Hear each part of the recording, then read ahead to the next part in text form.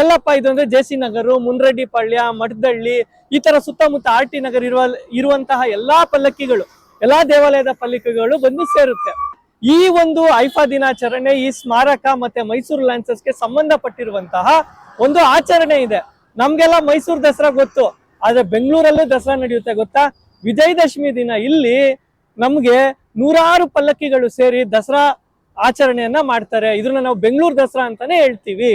ಏನಿದು ಬೆಂಗಳೂರು ದಸರಾ, ಇದಕ್ಕೇನ್ ಸಂಬಂಧ ಅಂತ ನೀವು ಕೇಳಿದ್ರೆ, 1914ರಲ್ಲಿ ಈ ತರ ಕರೆ ಬರುತ್ತೆ ಮಹಾರಾಜರಿಂದ, ನೀವೆಲ್ಲಾರು ಬಂದು ಯುದ್ಧಕ್ಕೆ ಭಾಗವಹಿಸ್ಬೇಕು ಅಂತ.